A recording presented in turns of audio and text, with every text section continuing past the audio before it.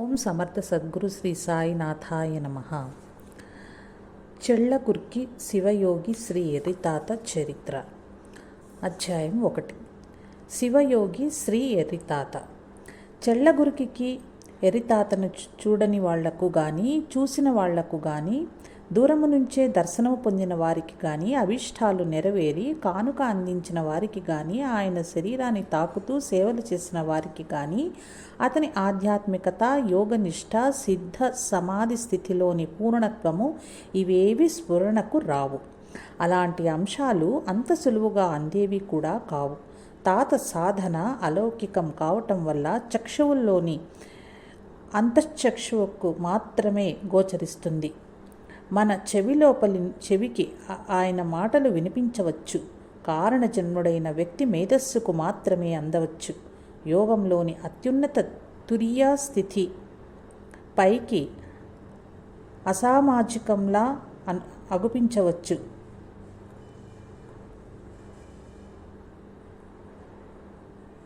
అయితే యోగులు ఇహలోకంతో పూర్తిగా సంబంధాలని తెగతెంపులు చేసుకోనవసరం లేదు. అంత మాత్రాన ఇది భౌతిక సంబంధాలకు వశీభూతంగా ఉండే స్థితి ఎంత మాత్రమూ కాదు. వీటన్నింటికీ మధ్యలో ఉండే స్థితి అది.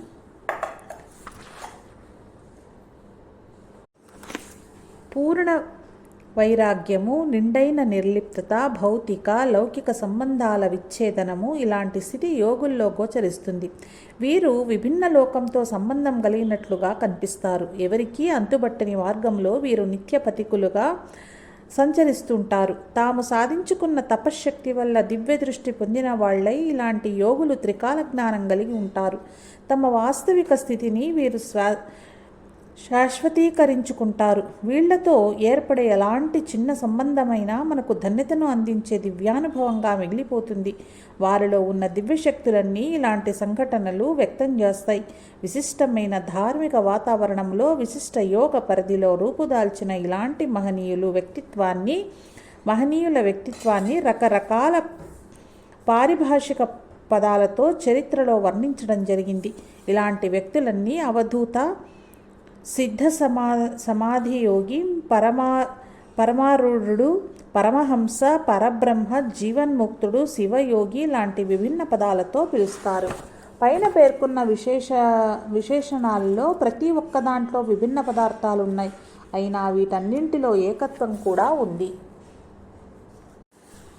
వైరాగ్యంతో కూడిన సాధన చతుష్టయం, దానికి సంబంధించిన 5 ఉపసాధనలు, యోగము మరియు యోగ సాధనలు, ముఖ్యంగా హఠయోగం, రాజయోగం, సమాధి యోగం, గురు అన్వేషణ, గురుసేవ, గురూపదేశం, అద్వైత భావన, ఆత్మజ్ఞానం ఇవన్నీ సామాన్యంగా అవధూతలో కనిపించే లక్షణాలు. ఇలాంటి లక్షణాలన్నీ అసాధారణుడైన, మహిమాన్వితుడైన, యోగనిష్ఠుడైన వ్యక్తిలో, సమాధి సిద్ధించిన వానిలో కనిపిస్తాయి. ఇవి అలాంటి వ్యక్తిత్వాన్నే తీర్చిదిద్దుతాయి. లౌకిక జీవితంలో ఉంటూనే అలౌకిక స్థితిలో తమను తాము స్థిరీకరించుకునే వ్యక్తుల్లో, పరమాత్మలో ఆత్మను అనుసంధానం గావించే వ్యక్తుల్లో నిర్వికల్ప సమాధి, పూర్ణ సిద్ధి, సమాధి సిద్ధి లాంటి సిద్ధులన్నీ సహజంగానే వచ్చి చేరుతాయి. లింగవంతుని ఎదుట లింగవచనము పల్కుట భ్రాంతి అగునయ్యా, వ్యర్థమగునయ్యా, నిండిన కడవలోంచి పాలంతా క్రిందికి పారినట్లు గుహేశ్వర. స్వయంగా తానే లింగస్వరూపుడైన వానికి లేదా తన శరీరమంతా లింగస్వరూపమైన వ్యక్తికి లింగం గురించి చెప్పటం ఒక వ్యర్థ ప్రక్రియగా మారుతుంది, ఒక భ్రాంతిగా మిగిలిపోతుంది. తానే లింగమైన వ్యక్తి ఎదుట లింగం గురించి మాట్లాడితే మిథ్యగా మారిపోతుంది. కడవ నిండిపోతే పాలన్నీ పొంగి పొర్లిన చందనంగా. అల్లమ ప్రభువు రాసిన ఈ వచనంలో ఇష్టలింగం ద్వారా సాధించిన దగిన లింగాంగ సామరస్యపు స్థితికి దృష్టాంతం కనిపిస్తుంది. శివయోగ సాధనలోని అత్యున్నత స్థితిని కూడా ఈ వచనం వర్ణిస్తుంది. మరో వచనం చూద్దాం. మనసే లింగమైన వేళ ఇంకెవరిని స్మరించనయ్యా, భావమే ఐక్యమైపోగా ఇక దేనిని కోరుకుందునయ్యా. భ్రమలు తొలగి సత్యము గోచరించిన పిదప ఇంకెవరి గురించి తెలుసుకోవాలి గుహేశ్వర. ఇష్టలింగం అనేది అంతరంగంలోని జ్ఞానాన్ని ప్రతిబింబించే ఒక సంకేతమని భావించి దాన్ని పట్టుకుని సాధించడం ద్వారా తమ జ్ఞానాన్ని నిరంతరం జాగృతం కావించుకోవటం ఒక విధానం. జ్ఞానానికి సంకేతమైన ఇష్టలింగాన్ని అంతరంగములో అవగాహన చేసుకుని తన మనస్సునే లింగముగా భావించడం లింగానుసంధానానికి సంబంధించిన మరో విధానం. అందువల్ల మనస్సే లింగంగా మారాలి అనేది లింగానుసంధానంలో మనం సాధించే స్థితి. లింగం అనేది మనస్సులో లీనమై మనస్సు లింగము రెండూ ఏకమయ్యాక ఆ మనస్సు మరో వస్తువు గురించి ఆలోచించటం సాధ్యమా? లోకంలో ఉంటూనే అలౌకికమైన పరమార్థాన్ని సాధించే దివ్య స్థితి ఇది. షట్స్థలాలలో భక్త, మాహేష, ప్రసాది, ప్రాణలింగి, శరణ, ఐక్య చివరిదైన ఐక్యస్థలము యొక్క ప్రాశస్త్యాన్ని ఇది చాటుతోంది. ఉపాసకుడే ఉపాస్య దేవతగా మారే విధానాన్ని ఇక్కడ అల్లమ ప్రభు ప్రతిపాదిస్తున్నాడు. ఈ స్థితికి చేరిన వ్యక్తులు అందరిలో ఉంటూ అందరిలా ఉండజాలరు. వీరు జగత్తుకు తాను మాయ, తనకు జగత్తు మాయ అనే రీతిలో జీవించే దివ్యమూర్తులు. లోకం దృష్టిలో పిచ్చివాళ్ళు అని అనిపించుకునే వీరు శివయోగ చరమావస్థలో లింగలీలా వైభవంతో వెలిగిపోయే మహాపురుషుల్లా ఉంటారు. లోకమనే మాయకు శరణులు చరిత్ర మిథ్యగా గోచరించవచ్చు. చెన్నమల్లికార్జుని ఆరాధించే శరణులకు మాయే లేదు, గర్వమూ లేదు. లోకము మరియు సమాజంలోని వాస్తవాలకు అతీతంగా సాగే ఈ యోగం, ఈ ఆధ్యాత్మిక సాధన అన్ని బంధాల నుండి విముక్తిని ఆకాంక్షిస్తుంది. ఆధ్యాత్మికమైన యోగ జీవనాన్ని సార్థకం చేసుకుని లోకంలో ఒక సాధనకు, శక్తికి సంకేతంగా నిలిచిపోయే విధానం ఇది. లింగాన్ని పూజించి లింగానుసంధానం ద్వారా తనలోని జ్ఞానాన్ని గురువుగా భావించే శరణులు జంగమంలో తమను తాము విలీనం చేసుకుంటూ దాని అవతలి స్థితిని పొందగలుగుతారు. ఇది వినయాన్ని, వినమ్రతను కలిగించే లౌకిక పరిధిని దాటి దైవికమైన పరిధిని పొందే స్థితి. బసవేశ్వరులు లింగాన్ని పూజించిన పిదప జంగమానికి భయపడాల్సిందే అనే వచనంలో ఇష్టలింగార్చన ద్వారా అంతరంగం శుద్ధమయ్యాక తన ముందున్న సమాజాన్ని తద్వారా వినమ్రంగా జయించాలి అని చెప్పటం జరిగింది. స్వాతంత్రభరితమైన రీతిలో ఇష్టలింగ పూజన చేసుకునే సిద్ధాంతం ఇక్కడ ప్రతిపాదించబడింది. కర్ణాటక రాష్ట్రంలోని బళ్ళారి తాలూకా చెళ్లగుర్కి గ్రామానికి చెందిన ఎర్రితాత శివయోగ సాధనలో ఇలాంటి చరమస్థితిని అందుకున్న మహాపురుషుడు. తెలుగు, కన్నడ భాషలు రెండూ ప్రతిధ్వనించే సరిహద్దు ప్రాంతం చెళ్లగుర్కి. ఎర్రితాత తన జీవితపు ముఖ్య ఘట్టంలో ఇక్కడికి వచ్చి స్థిరపడ్డాడు. తాత పూర్వ వృత్తాంతం గురించిన వివరాలు అంతగా తెలియవు. తాత ఊరికి రాకముందున్న పరిస్థితులు వేరు, తాత వచ్చిన తరువాత పరిస్థితులు వేరు. ఆయన వచ్చాక ఎన్నో అద్భుత సంఘటనలు జరిగాయి. ఆ మహిమాన్వితమైన సంఘటనలు, తాత దినచర్య, అనుష్ఠాన పద్ధతులు మున్నగు అంశాలన్నీ ఎర్రితాత అసాధారణ యోగ శక్తులున్న మహాపురుషుడు అని భావించేందుకు మూల కారణాలయ్యాయి. ఎర్రితాత అనే పేరు తాతకు జన్మతో వచ్చింది కాదు. తాత జీవిత విధానాన్ని పరిశీలించిన ప్రజలు పెట్టిన పేరది. ఎర్రి అంటే తెలుగులో పిచ్చి అని అర్థం.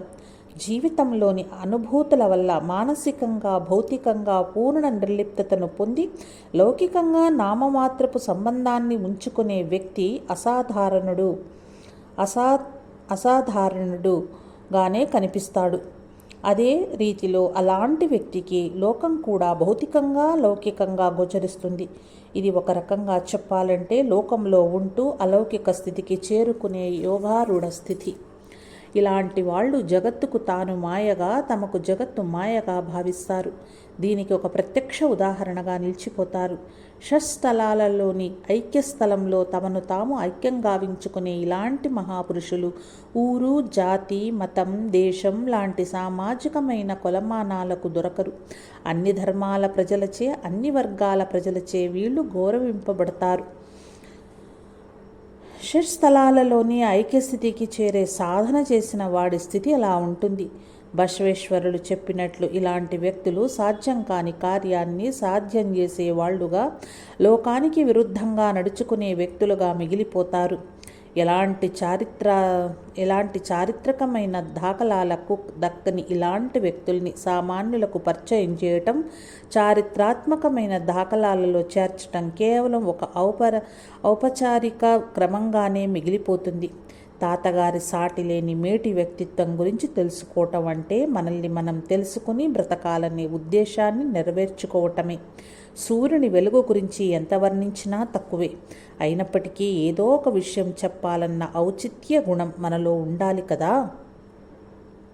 దీనికి కారణంగా ఎర్రితాత గురించి స్థూలంగా ఒక చిత్రం తయారు చేయాల్సి ఉంది. దేశానికి స్వాతంత్రం రాకముందు బళ్ళారి జిల్లా మద్రాసు ప్రాంతంలో ఉండేది. 20 తాలూకాలతో పెద్ద జిల్లాగా ఉండిన బళ్ళారి కన్నడ, తెలుగు భాషల సంస్కృతి సాంప్రదాయాల్ని తనకు తెలియకుండానే తనలో ఇముడ్చుకుంది. అందువల్ల ఇక్కడ 2 సంస్కృతుల మేలు కలయికతో వినూతమైన విశిష్ట సంస్కృతి రూపుదాల్చింది. ఈ విశిష్ట సంస్కృతిలోని ముఖ్యాంశం ఏమంటే ధార్మిక విశ్వాసం, భక్తి, తాదాత్మ్యతతో కూడిన భావుకమైన సంప్రదాయాల అవధూతలు, అరూఢుల పవిత్ర భూమి బళ్ళారి పరిసరాలలో నెలకొంది. నిన్న మొన్నటిదాకా ప్రౌఢదేవరాయల కాలానికి చెందిన వందలాది విరక్తులు వీళ్లల్లో కొందరు అవధూతలు, కొందరు అరూఢులనే సమాచారం ఉంది. పంచగణాధీశ్వరులైన కొట్టూరులోని గురుబసవ, నాయకనహట్టికి చెందిన తిప్పేరుద్ర, అరసికెరే కోలశాంత, హరపనహಳ್ಳಿ ಕೆಂಪಯ್య, కూలహಳ್ಳಿకి చెందిన ముద్దానేశ్వర, ಹಿರೇಹೊಳకు చెందిన గవిసిద్ధ, హంద్యాళ్ మహాదేవదాత, అల్లీపుర మహాదేవతాత, ఆదూని లక్ష్మమ్మ, ఎమిగినూరుకు చెందిన జడసిద్ధ తాత, గుళ్యానికి సంబంధించిన గాదిలింగప్ప, అయోధ్యకు చెందిన చిదానందావధూత, హంపి హేమకూటంలోని శివరామావధూత, హరిగిణడోణి బుగ్గప్ప తాత, తిక్కయ్య, గడిగి పరసప్ప, కొటగినహಳ್ಳಿ బసప్ప తాత, దేవసముద్రానికి చెందిన పరమేశ్వరప్ప, కుడితిని నయనస్వామి, కుడితిని శంకరప్ప తాత, బావిహಳ್ಳಿ కరబసవేశ్వర, బైలుహొద్దిగేరి సుడుగాడెప్ప తాత, అళకొಳೆ మరిస్వామి, సింధగిరి సలవప్ప, సింధగిరి మల్లప్ప, కొక్కరచేడు లింగప్ప, కొಳ್గల్ ఎరిబసవ తాత, ముష్టూరు హుచ్చప్ప, ಹೇರೂರು విరుపావధూత, కరిడిగుడ్డ మంగమ్మ, దమ్మూరు వెంకప్ప, కాళగట్ట రుద్రప్ప, చిత్తవాడి కళ్ళు మట్టప్ప, హొసేపేట కెంపావధూత, రామలింగస్వామి, తట్టరకల్లు బుగ్గప్ప, ఉరవకొండలోని అల్లాస్వామి మున్నగు అవధూత లక్షణాలు ఉన్న యోగ సాధకులు ప్రాదేశికంగా ఒకే పరిసరంలోనే ఉండటం విశేషం. అయితే వీళ్ళ జన్మస్థానం, కాలం, పూర్వాశ్రమం మున్నగు వివరాలు లభించటం లేదు. కానీ ప్రాంతీయ పరిసరం ఒక నిర్దిష్టమైన పరిధిలోకి రావటం విశేషం. తెలుసుకున్నాను అనేది లోతైన జ్ఞానం, తెలుసుకోలేను అనేది జ్ఞానం. జ్ఞానం సంకేతం మరియు విస్మృతిలో గుహేశ్వరుడే మూలమని జ్ఞానం. అరుహు, కురుహు, మరుహు, బయలు అనేవి లింగాంగ సామరస్యానికి సంబంధించిన శివయోగ సాధనలోని 4 విభాగాలు. శివయోగానికి సంబంధించిన ఆధ్యాత్మిక సాధన నేపథ్యంలో చాలా ముఖ్యమైన ఆంతరంగికమైన కార్యకలాపాలివి. బయలు అనే శబ్దానికి జ్ఞానపు లోతు, విస్తారం అని అర్థం. తన ఘనతను సమిష్టి రూపంలో ప్రదర్శించటం వల్ల ఈ బయలు అనే దానికి ఒక సంకేతంలా ఉండేది. కురుహు ఆ ఘనతను తెలుసుకునే ఒక సాధనకు సంబంధించిన సాధనా విధానం ఇది. బయలుకు ఉన్న విస్తారం అపారం, గ్రహించాను అనేది మరియు గ్రహించలేను అనేది. బయలు అను శబ్దపు ఒక అంశం మాత్రమే కాజాలదు. గ్రహించాను అనే తృప్తిని ఆత్మతృప్తిగా మార్చలేనంతటి అసాధ్య ప్రక్రియగా గోచరిస్తుంది. కురుహు అనేది బయలును గ్రహించేందుకు దోహదం చేసే ఒక జ్ఞాన ప్రక్రియ. ఈ కురుహు ఇష్టలింగం, అరుహు శివజ్ఞానం, బయలు అనంత విశ్వజ్ఞానం. ఈ మూడింటి మధ్యలో ఆత్మలింగవాది అయి సాధన చేసే వ్యక్తి శివయోగి అని పిలువబడతాడు.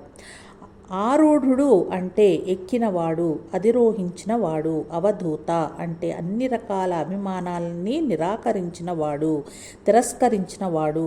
శివయోగి ఇలాంటి సాధనతో తాను విశ్వరూపుడైన మంగళమయుడైన శివుడిగా మారిపోతాడు. ఆదయ్య చెప్పినట్లు తానే శివుడనే సంకేతాన్ని ప్రదర్శించినట్లుగా మానవ లోకంలో సంచరిస్తున్న శరణునికి సంకేతం ఏముంది?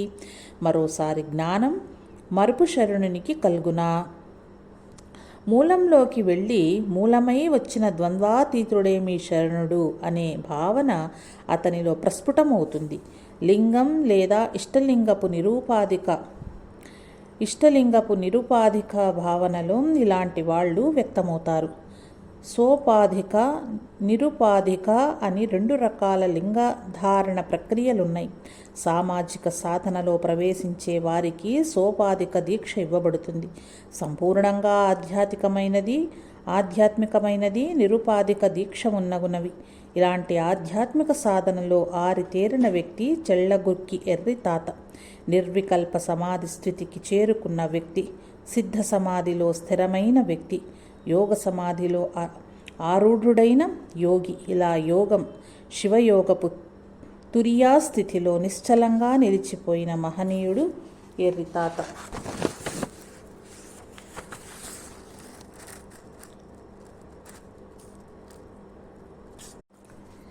ఎర్రిస్వామి జాడ తెలిపిన మరిస్వామి.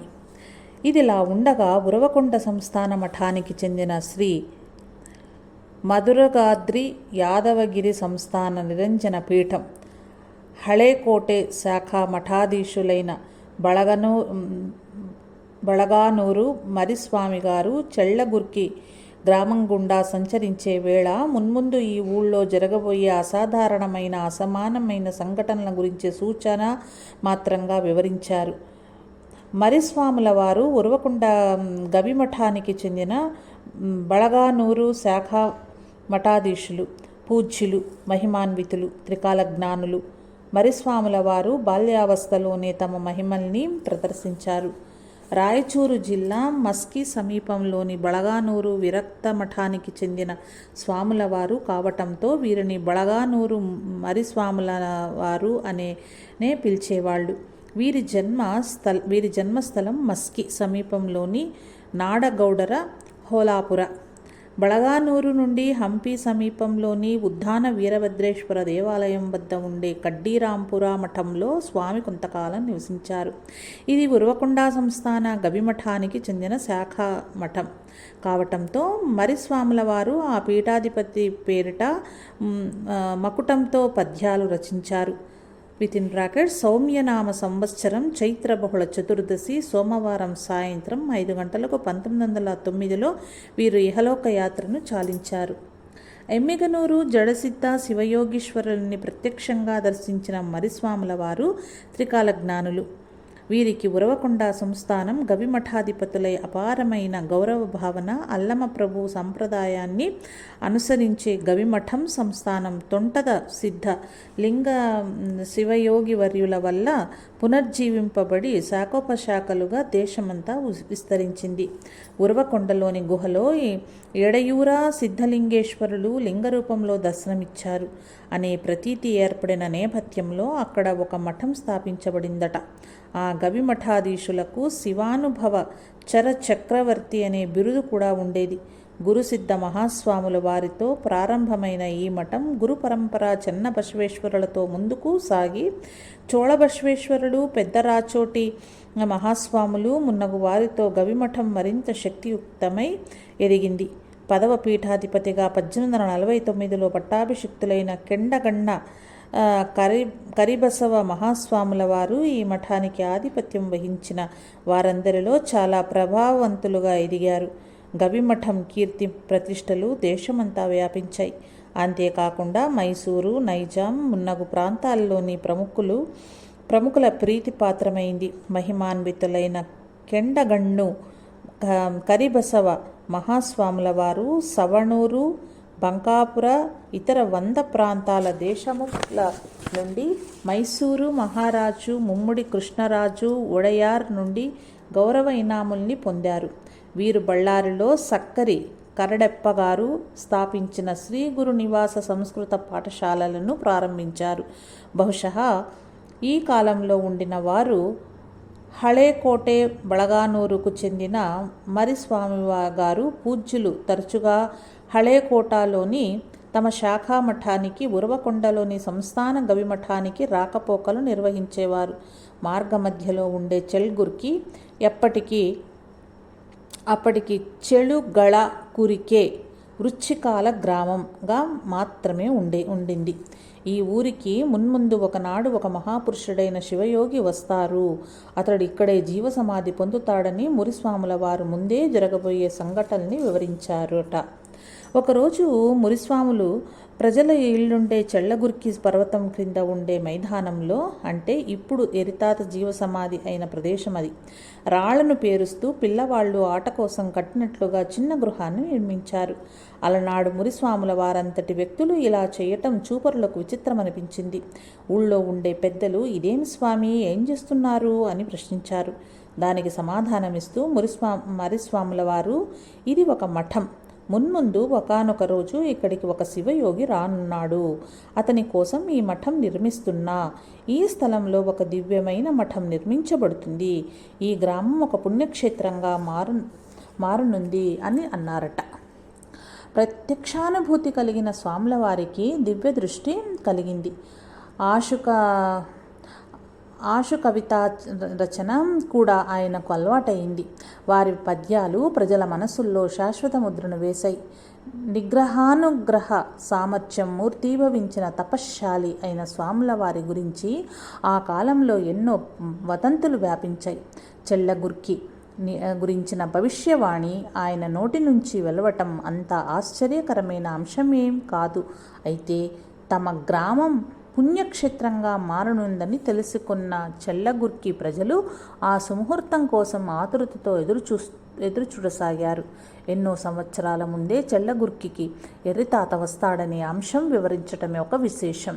ఒక రకంగా బళగానూరు మహాస్వాముల వారు ఈ ఊరికి ఓ శివయోగి వస్తున్నాడన్న సంగతి చెప్పటమే కాదు, అతని కోసం సాంకేతికంగా ఒక మఠాన్ని నిర్మించి తన పాదస్పర్శతో ఊరిని పావనం చేసి హస్తస్పర్శతో మఠానికి ప్రారంభోత్సవం చేసి స్థూలంగా ప్రాణప్రతిష్ఠ కూడా చేసినట్లే ఉండింది. యోగ్యమైన యోగ భూమిని ఆయన ఈ రకంగా సంసిద్ధం చేశారు. సాంకేతికంగా రాళ్లతో మఠం నమూనాను కట్టడం ద్వారా మరిస్వాముల వారు మున్ముందు ఒకానొక రోజు ఈ ఊరికి వచ్చే శివయోగీశ్వరుణ్ణి భక్తితో ఆదరంతో గౌరవించి మీ మనోమందిరాలలో శాశ్వతంగా ప్రతిష్ఠించుకోండి అనే సందేశాన్ని అందించారు. కలిసి వచ్చిన సుముహూర్తం. కాలం గడుస్తున్న కొద్దీ మరిస్వాముల వారి భవిష్యవాణి సాకారం అయ్యే సుముహూర్తం చెళ్లగుర్కి రానే వచ్చింది. ఇప్పటి చెళ్లగుర్కి నుండి ముందుకు సాగితే 2 మైళ్ళ దూరంలో దారి కుడివైపున మల్లప్పన్న మట్టి అని పిలువబడే స్థలం ఉంది. ఇది ఊరికి దక్షిణంలో ఉంది. అంత ఎత్తుగా లేకున్నా గట్టి మట్టితో ఏర్పడిన గడ్డలా ఉండేది.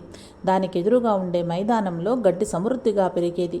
చెళ్లగుర్కి చెందిన పిల్లలు పశువుల్ని మేపటానికి రోజు అక్కడికి వచ్చేవాళ్ళు. పశువుల్ని మేయటానికి వదిలి పిల్లలంతా అక్కడే ఉన్న మైదానంలో ఆటలాడుకునేవాళ్ళు. అక్కడ పూర్ణ సిద్ధస్థితిలో ఏమాత్రం చలించకుండా ఒక వ్యక్తి కూర్చున్నాడు. అతన్ని పిల్లలు ఆశ్చర్యచకితులై చూడసాగారు. వాళ్లల్లో పెద్దవాడైన ఒక వ్యక్తి ధైర్యంతో ముందుకు వెళ్ళి దగ్గరగా నిలిచి ఆ వ్యక్తిని వీక్షించాడు. తలపై పిడుచగట్టిన జటాజుటం, గడ్డం, మీసాలతో మరుగైపోయిన నోరు, దట్టంగా కనిపించే తెల్లని భృగుటుల క్రింద మూయబడిన కాంతివంతమైన 2 కళ్ళు,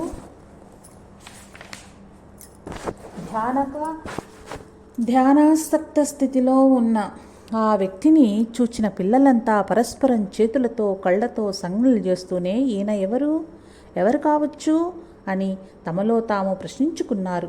వారికి సమాధానం లభించలేదు. నిర్మానుష్యమైన ప్రదేశంలో మునిలా కూర్చున్న వ్యక్తిని చూచిన పిల్లలు పలకరించే ధైర్యం లేక తమ ఊళ్ళో పెద్దలకు సమాచారం చేరవేసేందుకు పశువుల్ని తోలుకుంటూ ఊరు చేరేసరికి చీకటి పడిపోయింది. సమాచారం తెలిసిన ఊరి పెద్దలు ఆ రోజు చీకటి అలుముకోవటంతో మరుసటి రోజు ఆ విచిత్ర వ్యక్తి సంగతి ఏమిటో తేలుద్దాంలే అని తీర్మానం చేశారు. ఆ రోజు రాత్రి చెళ్లగుర్కిలో కుంభవృష్టి కురిసింది. పశువుల కాపురులైన పిల్లలు తమ అనుభవాన్ని తలుచుకొని భయంతో పడుకున్నారు. ఎండాకాలమైన అకాల వర్షం కురవటం దేనికి సంకేతమా? మొత్తానికి ఊళ్ళో ప్రజలంతా ఈ రెండు అంశాల్ని చర్చించుకోసాగారు. మరుసటి రోజు వార్త ఊరంతా వ్యాపించింది. పశువులను మేపే పిల్లలు భయం ఏమిటంటే నిన్న భయంకరంగా వాన కురిసింది. ఆ వానలో ఆ వ్యక్తి ఏమైనాడో అని. ఊళ్ళోని పశువులను మేపే పిల్లల భయం ఏమిటంటే నిన్న భయంకరంగా వాన కురిసింది. ఆ వానలో వ్యక్తి ఏమయ్యాడోనని. ఊళ్ళోని పెద్దలైన ಹೊಸಮನೆ ಯಾಳ್ಪಿ ಭೀಮನಗೌಡ, ಮಠದ ಗಂಗಾಧರಯ್ಯ, ಊಳೂರ ದೊಡ್ಡಪ್ಪ, ಮೋಕ ಕರಿಬಸಪ್ಪ, ಚನ್ನಬಸವಯ್ಯ, ಜಾಯನ್ಸ್ನೂರ್ ಹಂಪಣ್ಣ, ಕೊಳಗಲ್ బసవలింగప్ప, కల్లూరు నాగప్ప మొదలగు వారంతా కలిసి ఆ పిల్లలు వర్ణించిన వ్యక్తిని చూచి పలకరించేందుకు బయలుదేరారు. అప్పటికి మిట్ట మధ్యాహ్నం అయిపోయింది. పిల్లలు చెప్పిన రీతిలో ఆ వ్యక్తి కూర్చున్న స్థలాన్ని ఊరి పెద్దలు చూశారు. నిన్న మధ్యాహ్నం ఎలా కూర్చున్నారో ఆ వ్యక్తి అప్పటికే అదే భంగిమలో కూర్చుని ఉన్నారు. అతడు కూర్చున్న చోట చుక్క వాన కూడా పడలేదు. ఈ విషయం అందరినీ ఆశ్చర్యచకితులను కావించింది. అసాధారణమైన ఈ దృశ్యం తొలుత చూసిన వారికి అందరికీ ఇతడు మహిమాన్విత పురుషుడు అయి ఉండాలనే భావన కలిగింది. నిర్మానుష్యమైన స్థలంలో ఎలాంటి సౌకర్యాలు లేని చోట కూర్చున్న ఆ వ్యక్తికి అందరూ నమస్కరించారు. ఆ వ్యక్తి మాత్రం ఎలాంటి మెలకువ లేకుండా కూర్చోవటం వల్ల వీళ్ళందరి నమస్కారాలన్నీ స్వీకరించే స్థితిలో కూడా లేడు. వచ్చిన ప్రజలు మరింత కుతూహలంతో అలజడి రేపి తద్వారా ఆ వ్యక్తిని తమ వైపుకు ఆకర్షించుకునే ప్రయత్నం చేశారు. చెవి వద్దకు వెళ్ళి నీవెవరు, నీ పేరేమిటి, ఏ ఊరు నీది అని గట్టిగా ప్రశ్నించినా అతని నుంచి ఎలాంటి స్పందన రాలేదు. అలాంటి స్థితిలో అతని భుజాన్ని కదిలించారు. అప్పుడు మెల్లగా కన్నులు తెరిచి ముందున్న వారిని చూచాడు. అయితే ఆయన నోటి నుంచి ఎలాంటి మాటలు రాలేదు. అప్పటికే చీకటి అలముకోవటంతో బహుశా అన్నం నీళ్లు తీసుకోకుండా చాలా రోజుల నుంచి ఆకలి మీద ఉన్నాడని ఊరికి పిలుచుకుని రావాలనే ఆలోచన ఊరి పెద్దల్లో కలిగింది. ఆ వ్యక్తిని పట్టుకుని లేపేందుకు శరీరాన్ని పట్టుకోగా వద్దులేవయ్యా అని బలహీనమైన స్వరంతో తాత మాట్లాడినాడు. అక్కడ ఉన్నవాళ్ళు తాత నోరు విప్పినందుకు ఎంతో సంతోషించారు. ఊరికి వచ్చేందుకు సమ్మతించని ఆ వ్యక్తి భుజాలు పట్టుకుని బలవంతంగా తీసుకొచ్చారు. అక్కడ ఊళ్ళో రోడ్డు ప్రక్కనే ఉండే వేప చెట్టు కట్టపై ఆయనను కూర్చోబెట్టారు. వెంటనే ఆ వ్యక్తి కట్టపై నిద్రించాడు. ఈ సందర్భంగా ఊరి వాళ్ళంతా అక్కడ గుమిగూడారు. ఎలాంటి స్పందన లేని అతన్ని చూశాక ఇతడు పిచ్చివాడేమో, ఇతని సంగతి రేపు చూస్తే సరి అని కొందరు తమలో తాము మాట్లాడుకుంటూ తమ తమ ఇళ్లకు వెళ్ళిపోయారు. మరుసటి రోజు వచ్చి చూడగా వేప చెట్టు కట్టను వదిలి అక్కడే ఉన్న బసవಣ್ణ కట్టపై యథాప్రకారంగా కూర్చున్న వ్యక్తిని చూచి ప్రజలతన్ని పలకరించాలనుకున్నారు. అయితే ఆ వ్యక్తి నుండి ఈసారి కూడా ఎలాంటి స్పందన రాకపోవటంతో వాళ్లకు నిరాశ కలిగింది. శరీరంపై గోచి మాత్రమే ఉంది. ఇక వేరే బట్టలు లేవు. మాసిపోయిన శరీరం, చెదిరినట్లున్న వెంట్రుకలు, ప్రజ్ఞయే లేని స్థితిలో తాత ఉన్నాడు. వచ్చిన వాళ్లంతా ఆయనపై ప్రశ్నల వర్షం కురిపిస్తుంటే ఆ వ్యక్తికి బాగా ఇబ్బంది కలిగి ఉండవచ్చు అని భావించి అక్కడ సమీప గృహంలో నివసించే ఒక ముసలమ్మ వచ్చి అందరినీ గద్దించి చెదరగొట్టింది. అతని చెయ్యి పట్టుకుని తన ఇంటికి తీసుకువెళ్ళి స్నానం చేయించి బట్టలు ధరింపజేసి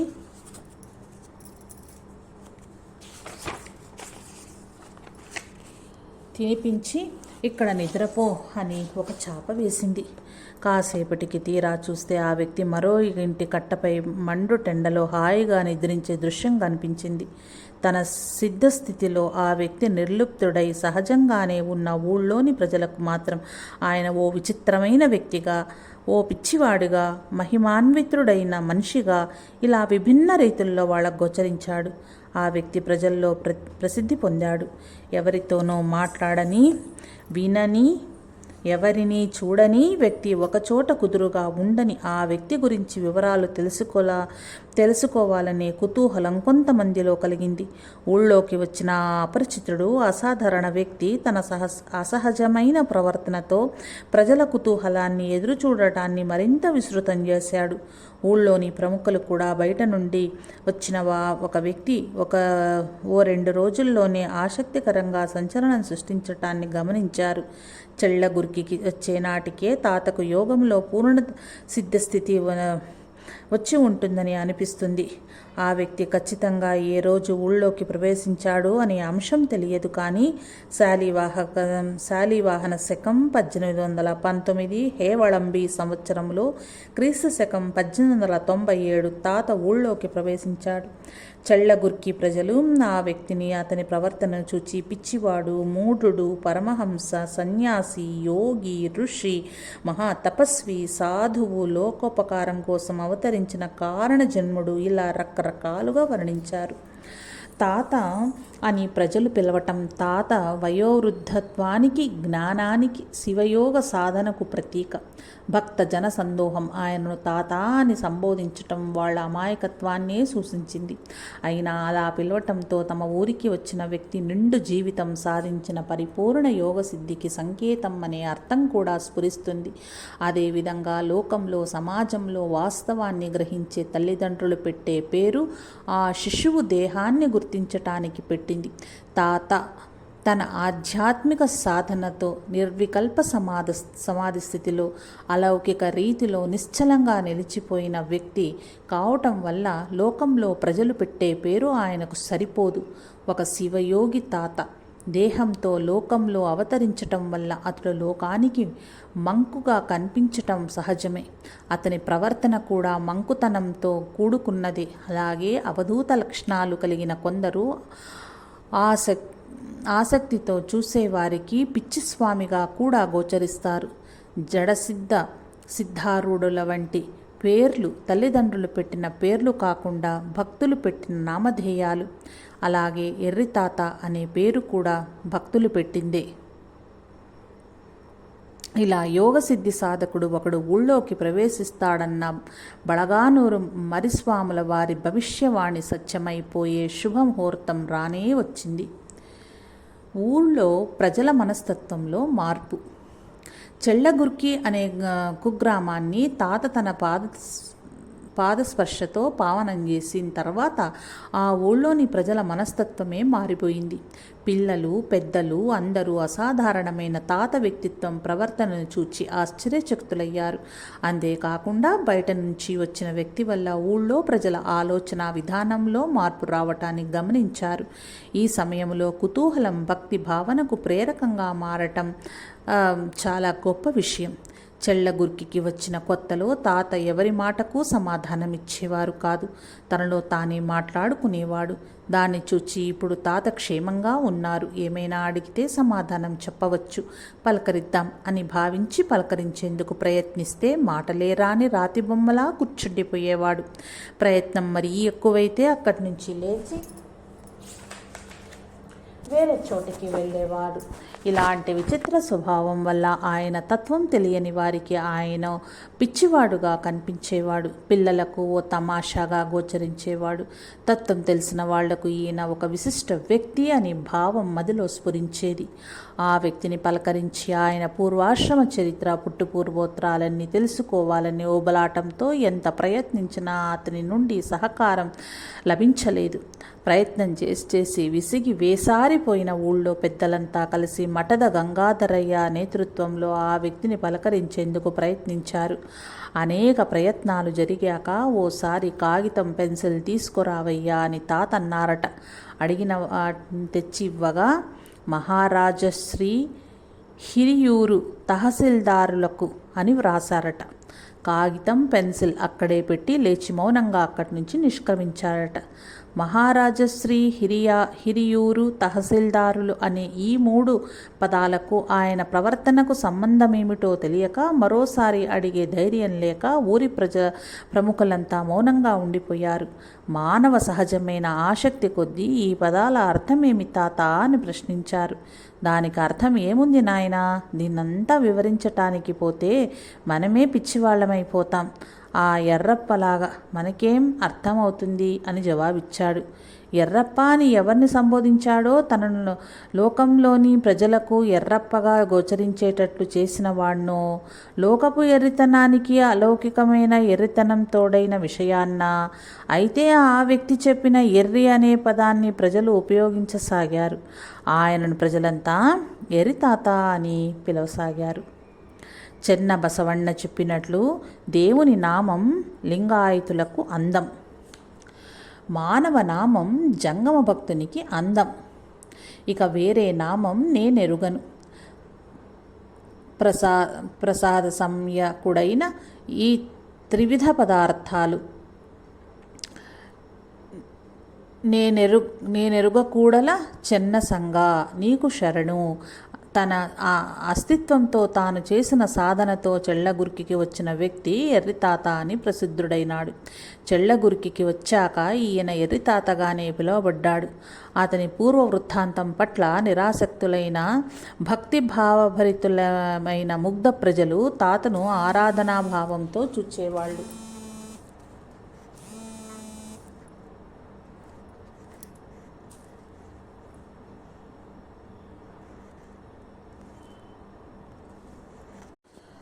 తాత కూడా క్రమంగా అనేక రకాల మహిమానుభూతుల్ని కలిగించటం ద్వారా భక్తి ప్రాశస్తాన్ని చాటి చెప్పాడు. పరస్థలం నుంచి వచ్చిన అసాధారణ వ్యక్తి తాత. పూర్వ వృత్తాంతం గురించి తెలుసుకోవాలనే జిజ్ఞాస కొందరిలో తీవ్రస్థాయికి చేరింది. దానికి తోడు కొన్ని చారిత్రకాంశాలు తమంతట తామే బయటకొచ్చాయి. ఊళ్ళో మహమ్మారి పారిపోయింది. చెళ్లగుర్కికి తాత ప్రవేశం జరిగింది. తాత ఒక అసాధారణ యోగి అనే అంశం బోధపడేందుకు ఊళ్ళోని ప్రజలకు కొన్ని అనుభవాలు కలగాల్సి ఉంది. చిన్న గ్రామం చెళ్లగుర్కికి తాత వచ్చినప్పటి నుంచి అందరికీ కుతూహలం కలిగింది. ఇది పరమసత్యం. అది వేసవికాలం. తాత వచ్చే రోజుకు ముందే రోజు అకాల వర్షం కురిసింది. ఆ ఊళ్ళో వారికది ఒక విశేషం, ఒక విచిత్రం కూడా. ప్రస్తుతం చెళ్లగుర్కి తాత జీవ సమాధి మఠం ఉన్న ప్రదేశం అప్పట్లో ఒక మైదానంగా ఉండేది. అక్కడో వేప చెట్టు తప్ప ఇంకే రకమైన పెద్ద చెట్లు లేవు. వేప చెట్టుకు ఆనుకుని ఒక కట్ట కట్టి దాని సమీపంలో గుడిసె వేసి అక్కడ బాటసారుల కోసం ఒక చలివేంద్రం ఏర్పాటు చేశారు. ఊరి బయట మల్లప్పన మట్టి నుండి తాతను తీసుకొచ్చి తొట్టతొలుతో వేప చెట్టు కట్టపై కూర్చోపెట్టారు. తర్వాత తాత తన స్థలం మార్చి చలివేంద్రం ఉన్న గుడిసెలోకి వెళ్ళి కూర్చున్నాడట. తదుపరి శివుని గుడిలో కొన్ని రోజులు, యాళ్పి భీమనగౌడ్ ఇంట్లో కొన్ని దినాలు, మేగళమనే దొడ్డనగౌడ్ ఇంట్లో కొన్నాళ్ళు ఉండటం ప్రారంభించాడు. బహుశా కొన్ని రోజుల పాటు ఉండేందుకు చెల్లగుర్కిలో తాతకు స్థానం అంటూ దొరికింది. తీరిక చేసుకొని ఎవరింటికి ఏ సమయంలో వచ్చి ఏం అడుగుతాడో అది ఆ ఇంటికి సౌభాగ్యమైపోయింది. ఎవరైనా ఏమైనా ఇస్తే తాత స్వీకరించి భోజనం చేస్తే అన్నదాతలు ఇక ఉద్ధరింపబడినట్లే అనే వాతావరణం ఆ ఊళ్ళో నెలకొంది. భయం, భక్తి, గౌరవ భావాల కన్నా అతని అసహజమైన ప్రవర్తన, అసాధారణ వ్యక్తిత్వం, మితమైన సంభాషణ ఇవన్నీ దినచర్యలో విశిష్టమైన అంశాలు కావటంతో ఊళ్ళో వాళ్లకు ఆయన పట్ల ఒక విభిన్నమైన కుతూహలం పెరిగింది. ఇదిలా ఉండగా తాత ఆ తరుణంలో ఒక విచిత్రమైన ప్రవర్తన వల్ల ఊరి ప్రజల్ని ఆకర్షించాడు. ఆ ఊరికి మున్ముందు రానున్న ఏదో ఒక ఉపద్రవాన్ని సూచించే రీతిలో తాత ప్రవర్తించసాగాడు. రోజు శ్మశానానికి రాకపోకలు సాగించేవాడట. రాత్రనక పగలనక వందలాది సార్లు ఊరి నుండి శ్మశానానికి తిరుగుతున్న తాతను చూసిన ప్రజలు ఈ పిచ్చివాడిలా ఎందుకు చేస్తున్నాడు అని తమలో తాము చర్చించుకునేవాళ్ళట. ఇలా తాత విచిత్ర ప్రవర్తన నేపథ్యంలో ఓ వారం 10 రోజుల్లోనే ఆ ఊరికి భయంకరమైన కలరా వ్యాధి వచ్చింది. ఆ కాలంలో దీన్ని మహమ్మారి అని పిలిచేవారు. ఈ రోగానికి ఆ కాలంలో ఎలాంటి మందులు లేవు. కలరా వచ్చిందంటే ఆ ఊళ్ళో తండోపతండలుగా ప్రజలు చనిపోయేవాళ్ళు. ఈ మహమ్మారి మరణ మృదంగం మ్రోగించి ఎంతోమందిని బలి తీసుకుని పోయేది. చెళ్లగుర్కిలో ఓ నెల అవధిలో దాదాపు 200 మంది కలరా పీడితులై చనిపోయారట. బహుశಃ తాత చెళ్లగుర్కిలో ప్రదర్శించిన తొలి మహిమాన్విత సంఘటన ఇదే. కలరా మొదలైన మరణ మృదంగం మ్రోగించసాగింది. తాత చేతిలో రాళ్లేరుకొని కొంతమంది ఇళ్లపై విసిరాలనుకునేవాడట. తర్వాత వద్దు వద్దు అని తలచి తనలో తాను ఏదో కొనుక్కుంటూ రాళ్లను నేలకు విసిరేవాడట. తొలుత తాత విచిత్రం ప్రవర్తనను గమనించిన ఊరి ప్రజలు ఓవైపు కలరా బాధ పీడిస్తోంది, మరోవైపు ఈ ఉన్మత్తుడి ఉపద్రవం అని భావించసాగారు. ప్రజలు కలరా రోగ బాధలు, విపరీతమైన చావులు వీటితో విసిగెత్తిపోయి తాత ప్రవర్తన కూడా సహించలేకపోయారు. అయితే తాతపై తిరగబడే ధైర్యం జాలక వీళ్లంతా మౌనాన్నే వహించారు. తాత ఎవరింటిపై రాళ్లు విసిరేవాడో ఆ ఇంటిలో కలరా రోగానికి ఒకరో ఇద్దరో బలైపోయేవారు. వద్దు వద్దు అని రాయి విసరకుండా విడిచిన ఇళ్లలో ఎవరూ చనిపోయేవారు కాదు. అంతేకాదు ఊరిపై పడిన కలరా కొన్ని ఇళ్లపై దాడి చేసినా ఎవరికి ఏమీ అయ్యేది కాదు. పేదరికం, కలరా దాడి, అప్పులతో ఆత్మహత్యలు ఇలాంటి సంఘటనలన్నీ ప్రత్యక్షంగా చూచిన ఊరి ప్రజల్లో నిరుత్సాహం కలిగింది. తాత విచిత్ర ప్రవర్తన చూసి వాళ్ళంతా ఏం మాట్లాడలేని స్థితిలో ఉండిపోయారు. చెళ్లగుర్కికి చెందిన కొళగళ్ళు వీరమ్మ అనే స్త్రీ తన ఇంట్లో ఇద్దరికి కలరా రోగం వచ్చేసరికి తాత వద్దకు వెళ్ళి, ఇలా అయితే గతి ఏమిటి తాత అని నిలదీసింది. దానికి జవాబుగా ఆమె 2 చేతులు పట్టుకుని పద అన్నాడట. ఆ స్త్రీ తన ఇల్లు చేరేసరికి ఇంట్లో రోగగ్రస్తుల రోగం నయమైపోయిందట. ఈ అంశానికి సంబంధించిన తాత ప్రవర్తనలో విశేషం కనిపించింది. కలరా ఉపద్రవం మొదలవుతుందనే అంశాన్ని తాత తన ప్రవర్తనతోనే కాకుండా సాంకేతికమైన మాటల ద్వారా కూడా వివరించేవాడట. అక్క వస్తుంది, బియ్యం వేయండి అని తాత అంటే ఆ వాక్యాల రహస్యం తెలియని జానూరు హనుమంతప్ప లాంటి వ్యక్తులు ఊరికే కూర్చోరాదా అని గద్దించేవాడట. విశేషమేమంటే ఈ ఉపద్రవం మొట్టమొదట తాతకే తగిలింది. ఆ రోగ నివారణ కోసం ఊరి ప్రజలు తాతకు అంబలి త్రాగించారట. తాత రోగం నుండి విముక్తుడైనా అతనికి అంబలి త్రాగించిన వారికి కలరా వ్యాధి సోకిందట. రోజు రోజుకు మహమ్మారి విజృంభించింది. చాలామంది మరణించగా ప్రజలు భయభీతులై దీనికి ఏమైనా పరిహారం ఉందా అని ఉపాయం కోసం అన్వేషించారు. దీనికోసం ఊరి పెద్దలు మటద గంగాధరయ్య, రెడ్డి భీమనగౌడ మున్నగు వారు వచ్చి తాతను ఏం తాత కలరా విజృంభణ నిలిచేది ఎప్పుడు అని దీనులైన విన్నవించారు. దానికి తాత ఇంకా లెక్కలు సిద్ధం కాలేదయ్యా అని పలికి కొంతసేపు ఆలోచించి చేతివేళ్లను చూపించాడట. మరికొందరు అడగ్గా తాత బియ్యం గింజలు వేసి పంపించండయ్యా అని పలికాడట. మఠపతి కుమారయ్య, చాగిబెండ కరిబసయ్య మొదలుగు వారు అడగ్గా రేపు అని అన్నాడట తాత. అదే రోజు దేవుని పేరిట విడిచిన ఒక గేదెను చెవి పట్టుకొని రామనగౌడ ఇంటి వద్దకు తెచ్చాడట. భయభీతులైన ప్రజలు ఇదేం నాయనా నీ సంగతి అని పలకగా తాత పూజ చేసి పంపించండి అని అన్నాడట. తాత ఆదేశించినట్లుగా ప్రజలంతా దేవుని గేదెను పూజించారట. తరువాత ఆ గేదెను చూచి ఇక మీ వాళ్ళందరినీ తీసుకుని బయలుదేరు అని అన్నాడట. తాత ఆదేశానుసారము మంత్రముగ్ధమైనట్లు కనిపించిన ఆ మహామహిషం మౌనంగా అక్కడి నుంచి వెళ్ళిపోయిందట.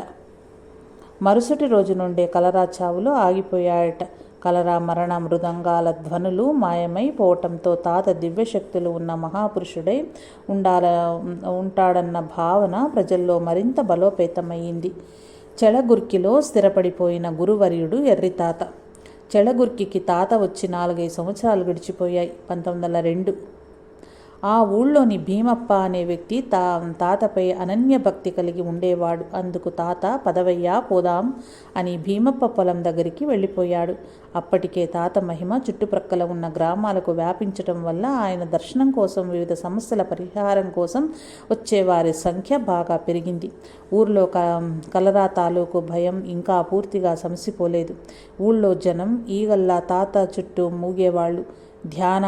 ధ్యానాసక్తుడైన శివయోగి తాత ప్రశాంతతకు జనసందోహం భంగం కలిగిస్తూ ఉండేది. అందువల్ల తాతకు ప్రశాంతమైన ఏకాంతమైన స్థలం కావాల్సి వచ్చింది. ఊళ్ళో ఉన్నప్పుడు తాతను కలవటానికి వచ్చే వాళ్ల సందడి కొంచెం తగ్గుముఖం పట్టినా క్రమంగా ఏకాంతంగా ఉండే పొలానికి కూడా భక్తులు తండోపతండలుగా రాసాగారు. పొలం ఊరికి పశ్చిమంలో సమీపంలో ఉన్నా వచ్చిపోయే వాళ్లకు ఇబ్బంది కలిగేది. ఇదే సమయంలో తాతను కలవాలని వచ్చిన వ్యక్తుల్లో బళ్ళారికి చెందిన గడిగి పరసప్ప ఒకరు. గృహస్థ జీవనం సుఖమయంగా ఉన్నప్పటికీ వీరు ఆధ్యాత్మ జీవి, అవధూత లక్షణాలు కలిగి ఉండేవారు. వీరు రచించిన తత్వాలు బళ్ళారిలో భజన సందర్భాలలో పాడుతూ ఉంటారు. పరసప్ప తాతను కలవటానికి వచ్చి కొన్ని రోజుల దాకా ఉండిపోయారనే ప్రతీతి కూడా ఉంది. విధి నిషేధాలేం లేని పరసప్ప అవధూత వృత్తి స్థితి కొందరికి అసహ్యమనిపించేది. వారి నుండి ఆయన దూరంగా పంపించాల్సి వచ్చింది. గడిగి అనే పదం పరసప్ప పేరు కన్నా ముందుంది. ఈ విషయం క్రమశిక్షణ లేని అతని ప్రవర్తనకు సంకేతం కావచ్చు. ఓసారి తాత పరసప్పలను కలిపి ఒక ఫోటో తీశారట. ఇష్టం లేని వాళ్ళ ఫోటో ముందు ముఖం చూపించడం ఎంత కష్టమో అన్నట్లుగా సూచించే భంగిమలో కూర్చున్నాడట. తాత పొలంలో ఉన్నప్పుడు అక్కడ సారాయి తయారు చేసే వ్యక్తులు కొందరున్నారు. అందువల్ల ఊళ్ళో ఉండాల్సిన తాత పొలంలో ఉండటం సరికాదని భావించి భక్తులు ఆయన్ను మళ్ళీ ఊళ్ళోకి తీసుకొచ్చారు. చెల్లగురికిలో హంపయ్య అనే వ్యక్తి ఇంటి సమీప స్థలంలో పడిపోయిన ఓ బురుజు పక్కలో వసతి ఏర్పాటు చేశారు. ఆ ఇంటిని వెంటనే కట్టించి తర్వాత తాతను నూతన గృహంలో విడిది చేయించారట. ఊళ్ళోని మఠాధిపతి బసవయ్యను తాతకు నిత్యోపచారాలు చేసేందుకు నియమించారు. తాతను పొలం నుండి బలవంతంగా రప్పించేందుకు ఖచ్చితమైన కారణం ఉంది. ఓ రోజు భీమప్ప తాత ముందు ఓ సారాయి సీసా పెట్టి ప్రసాదం తీసుకొని ఇవ్వు తాత అని చెప్పాడట. దర్శనం కోసం అక్కడికి వచ్చిన చాగిబండ కరిబసయ్య అయ్యన గౌడ ఆ సీసా చూసి ఏం రాది తాత ముందు పెట్టింది అని అడిగారు.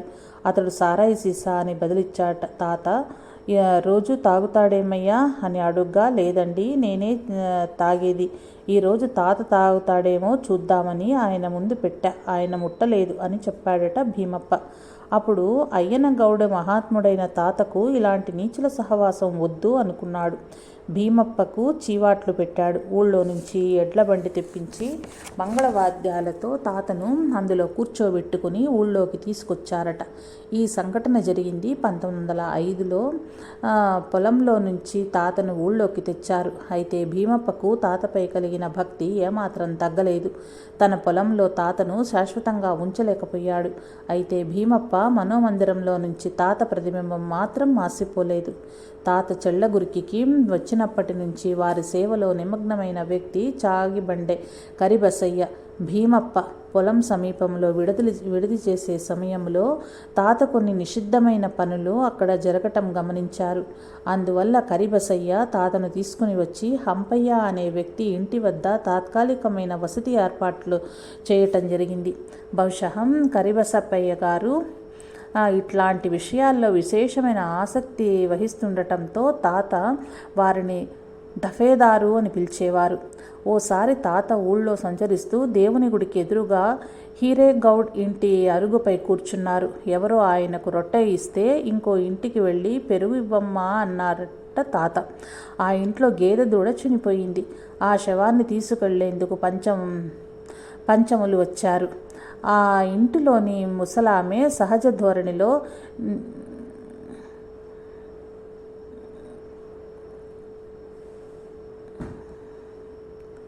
నీ నోట్లో మట్టిపోయా, తిని పళ్ళన్నీ అరిగిపోయాయి కదయ్యా, గేదెపిల్ల సస్తే శవాన్ని ఎత్తుకుని వెళ్లేందుకు మాదిగలొచ్చారు, ఈ ముసలోడికి ఈ తరుణంలో పెరుగు కావాలట అని విసుకుందట. కొందరి మాటలు వక్రంగా ఉన్నా మనస్సు మాత్రం వక్రంగా ఉండదు. పెద్దవాళ్ల దృష్టి మాటలపై ఉండదు, మాట్లాడిన వారి దృష్టి మనస్సుపై కేంద్రీకృతమై ఉంటుంది. ముసలామెకు తాతపై ఎంతో గౌరవం ఉండేది. అయితే దూడను పోగొట్టుకుని గేదె పాలివ్వడం మానేసింది. ఇలాంటి స్థితిలో ముసలిదాని మాటలు దుఃఖంలో క్షోభలో వెలువడినాయి. అందువల్ల వాటి ప్రభావం తాతపై పడలేదు.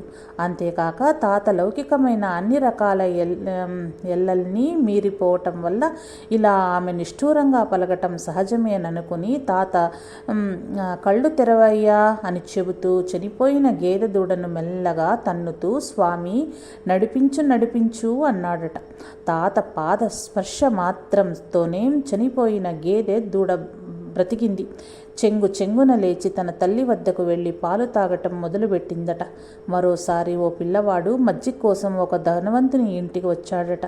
కొంచెం తర్వాత రమ్మని ఆ ఇంటి వాళ్ళు చెప్పారు. దీంతో నిరాశపడిన ఆ బాలుడు ఖాళీ పాత్ర పట్టుకుని వాపసు వెళ్తున్నాడు. అక్కడే కూర్చున్న తాత ఆ దృశ్యం చూశాడు. నిరాశతో వెళ్తున్న ఆ పిల్లవాడిని పిలిచి అతని చెంబును తన చేతితో తాకి ఆ బాలుని భుజం పైన ఉన్న మడి పంచెతో మూసి వెళ్ళు అని పంపించారట. దాన్ని ఇంటికి తెచ్చి చూడగా పాత్ర నిండా మజ్జిగ ఉండిందట. ఇలాంటి అద్భుతాలు తాత చెల్లగురికిలో చేసేవాడు. మహిమలు తెలిపే సంఘటనలు కూడా జరిగేవి. దీంతో తాతను ఒక ప్రత్యేకమైన వ్యక్తిగా ప్రజలు భావించసాగారు.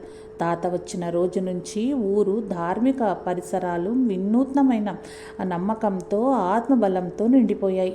ఊళ్ళో నమ్మకాలు ఆచార విచారాల విషయంలో ఓ కొత్త రకం మార్పుల గాలులు వీచసాగాయి. ప్రశ్నించటానికి మనసు అంగీకరించని పరీక్షించటానికి ధైర్యం చాలని సంయమంతో చూసి గంభీరంగా పరిగణించేందుకు సమయం లేని తాత మహిమాన్విత సంఘటనలు అసాధారణమైనవి. అవి నిరంతరం జరగసాగాయి. వీటి వల్ల చెల్లగురికి గ్రామం చుట్టూ ఉన్న గ్రామీణ పరిసరాలన్నీ ప్రభావితమయ్యాయి. తాత చూపిన మహిమలన్నీ వైయక్తికంగా సామాజికంగా పరిహారాత్మకం కావటం వల్ల ఆయనపై ధార్మిక నేపథ్యంతో కూడిన ఆదరభావం కలగటంతో ప్రజలు ఆయనను మహిమలు చూపే పురుషుడుగా పరిగణించారు. ఇదే సహజమే. శివయోగ సాధనను నెరవేర్చారు. తాత పరిపూర్ణంగా యోగ సిద్ధ సాధక వ్యక్తిత్వాన్ని కర్తలామలకం చేసుకున్నాడు. అందువల్ల త్రికాల జ్ఞానం ఆయన సంపాదించుకున్నాడు. మితంగా మాట్లాడటం, సంకేతాత్మకంగా సూచనలు ఇవ్వటం ఇవన్నీ తాత దినచర్యలో భాగాలైపోయాయి. ఈ విశిష్ట లక్షణాలు మనిషి కష్ట జీవితానికి, ప్రకృతి వైపరీత్యాలకు, సంసారంలోని ప్రతికూల పరిస్థితులకు పరిహారాన్ని సూచించేవి. ప్రతిదినం ఇలాంటి అద్భుతానుభావాలు ప్రజలకు కలిగేవి. ఈ మహిమలన్నీ ప్రజల నాల్కల్లో కథలుగా వ్యాపించాయి. ఎంతోమంది తమ కష్టాలు తాతకు చెప్పుకొని ఆయన ఆశీర్వాదంతో తమ అభిష్టాలన్నీ నెరవేర్చుకునేవారు. తాత దర్శనం మాత్రం చేతనే పవిత్రులమయ్యామని భావించే ప్రజలు అనేకులు. చాలామంది తాత దర్శనం ఆశీస్సులతోనే అన్ని అరిష్టాలు తొలగి అభిష్ట ప్రాప్తి కలుగుతుందని భావించి వచ్చేవారు. కలరా రోగం నుండి ఊరిని రక్షించటం, చనిపోయిన గేదెను బ్రతికించటం, పాత్రను మజ్జిగతో నింపటం ఇలాంటి మహిమల వల్ల ఎరితాత వ్యక్తిత్వం చుట్టూరా ప్రసిద్ధి పొందితేనే చెల్లగుర్కి దర్శనార్థుల సంఖ్య కూడా బాగా పెరిగింది. తాతకు ప్రత్యేకమైన వసతి కల్పించాల్సిన అవసరం ఏర్పడింది. జై సాయి మాస్టర్.